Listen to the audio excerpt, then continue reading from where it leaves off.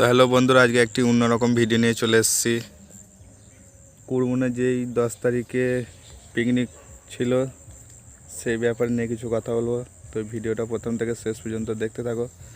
ভালো লাগলে ভিডিওটি বেশি বেশি করে শেয়ার করে দেবে সব বন্ধুদের কাছে পৌঁছানোর জন্য। তো চলো ভিডিওটা শুরু করা যাক।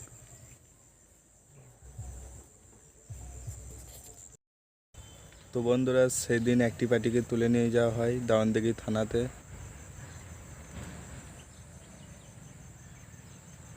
প্রথম থেকে ভিডিওটা শেষ পর্যন্ত দেখতে থাকবে।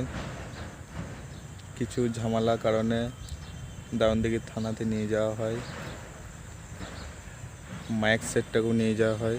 তো মাইক সেটটাকে যদি চিনে থাকো, কম বেশি সবাই চেনো, তার নাম বলছি না, কারণ মালিকেরও ক্ষতি আর সেটটারও ক্ষতি, বদনাম। তো মাইক সেটের নামটা আমি বলছি না, তোমরা কেউ যদি চিনে থাকো তো থাকবে।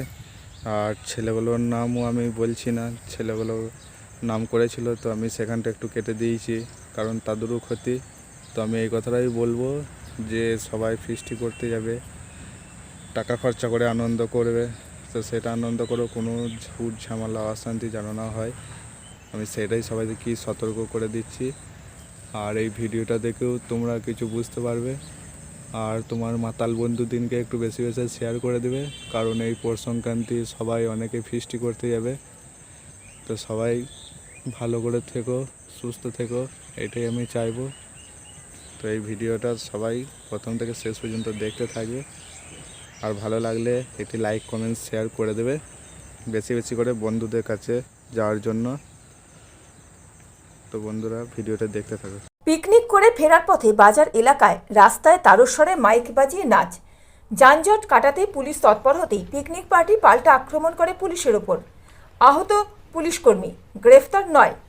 জানা গেছে, বর্ধমান দেওয়ানদিঘি থানার কুড়মুন গ্রামের তালবোনা কালীতলা এলাকা থেকে মাইক বাজিয়ে পিকনিক করতে যায় একটি দল। ফেরার পথে বর্ধমান নবদ্বীপ রোডের ওপর কুড়মুন বাজারে দীর্ঘক্ষণ তারস্বরে মাইক বাজিয়ে নাচানাচি করছিল মদ্যপ অবস্থায়। সেই সময় রাস্তা জ্যাম হয়ে যায়। তখন কুড়মুন পুলিশ ক্যাম্পের এক অফিসার ও কনস্টেবল তাদের সাউন্ড কমাতে ও চলে যেতে বলে। এই নিয়ে চলে পুলিশের সঙ্গে কথা কাটাকাটি। তখন পুলিশকে লক্ষ্য করে ইট পাটকেল ছোড়া হয় বলে অভিযোগ।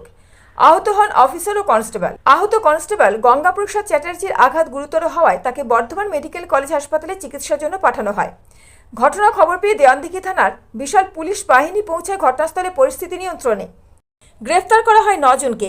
বর্ধমান আদালতে পেশ করে পুলিশ। তাদের মধ্যে কয়েকজনকে রিমান্ডে নেওয়ার আবেদন জানিয়েছে আদালতে পুলিশ বলে জানা গেছে পুলিশ সূত্রে।